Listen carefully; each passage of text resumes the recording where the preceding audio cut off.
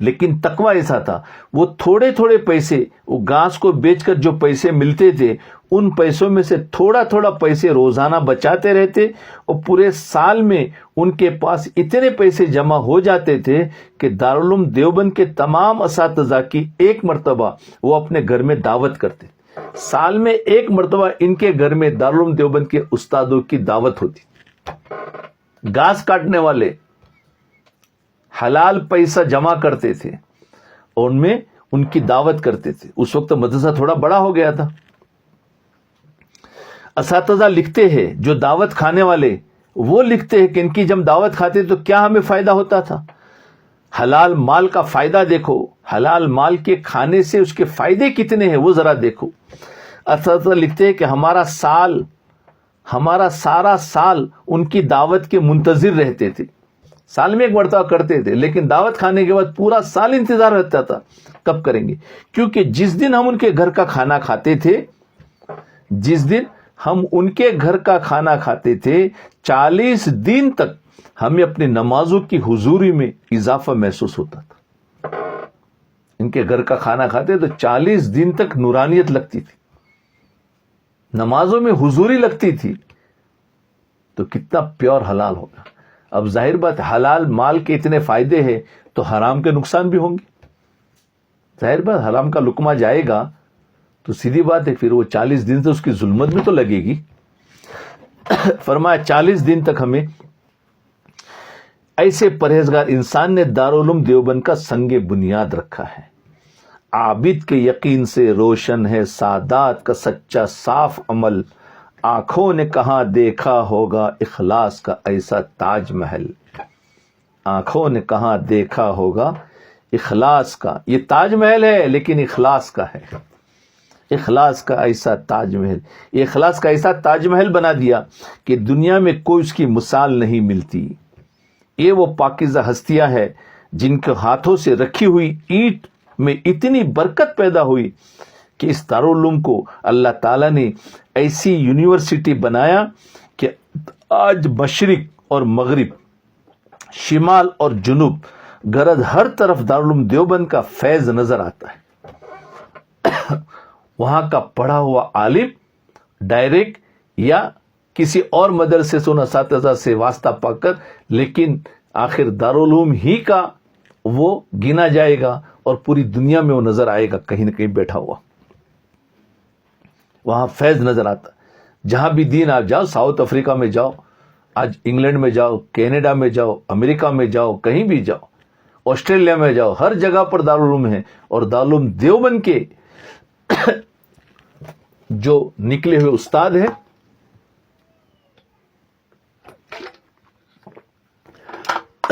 وہاں ملیں گے۔ محنت تجھ سے جدا، جو بس چلتا تو مر کر بھی محنت تجھ سے جدا ہوتا۔ اللہ رب العزت نے محبوب صلی اللہ علیہ وسلم کی محبت ان کے دل میں سمائی ہوئی تھی۔ جی، نبی علیہ السلام کی اس محبت کی وجہ سے ایک ایک سنت پر ان کا عمل تھا۔ ایک مرتبہ حضرت نانوتری رحمۃ اللہ علیہ کی موت کے وارنٹ جاری کر دیے گئے، جب پتہ چلا تو آپ روپوش ہو گئے۔ روپوش ہونے کے پورے 3 دن بعد آپ باہر نکل آئے۔ کسی نے کہا حضرت انگریز آپ کو ڈھونڈ رہا ہے اور آپ کی موت کے وارنٹ جاری ہے۔ آپ نے فرمایا میں نے اپنے آقا کی زندگی میں غور کیا، مجھے غار ثور میں روپوشی کے 3 دن نظر آتے، یعنی چھپنے کے، لہذا میں بھی 3 دن غائب رہا، اس کے بعد باہر نکل آیا ہوں۔ انگریز اگر پکڑ لیں گے تو میں اپنی جان کا نذرانہ اللہ کے سپرد کر جاؤں گا۔ سنت کا اتنا لحاظ اور اتنا خیال رکھتے تھے۔ اللہ تعالی ہم سب کو ہمارے ان اسلاف کے طریقوں پر چلنے کی توفیق عطا فرمائے۔ اسلاف کا طریقہ مطلب یہ اسلاف نبی کی سنتوں پر ہی چلتے تھے، ایک ایک چیز سنت کے خلاف نہیں تھی۔ اس لیے میں نے کہا، ورنہ آپ کا یہ سوال پیدا ہوتا ہے، بعض لوگ جو بیچارے خشک دماغ ہوتے ہیں وہ کہتے ہیں دیکھو نبی کی سنتوں پر چلنا چاہیے، اسلاف کے طریقوں پر چلنے کی دعا دے رہے ہیں۔ اصل میں اسلاف کا طریقہ بالکل ہو بہو نبی کا طریقہ تھا۔ اس لیے میں نے کہا کہ دیکھو نبی کے طریقوں کو ہمیں لگتا ہے کہ وہ تو نبی تھے، ارے نبی کے جو عاشق ہے ان کو تو دیکھو، اور یہ 100 سال پہلے کی بات ہے، کوئی زیادہ لمبا عرصہ نہیں ہے، تو کیا ہم ان سنتوں پر نہیں چل سکتے؟ چل سکتے۔ اللہ تعالی ہمیں عمل کی توفیق عطا فرمائے۔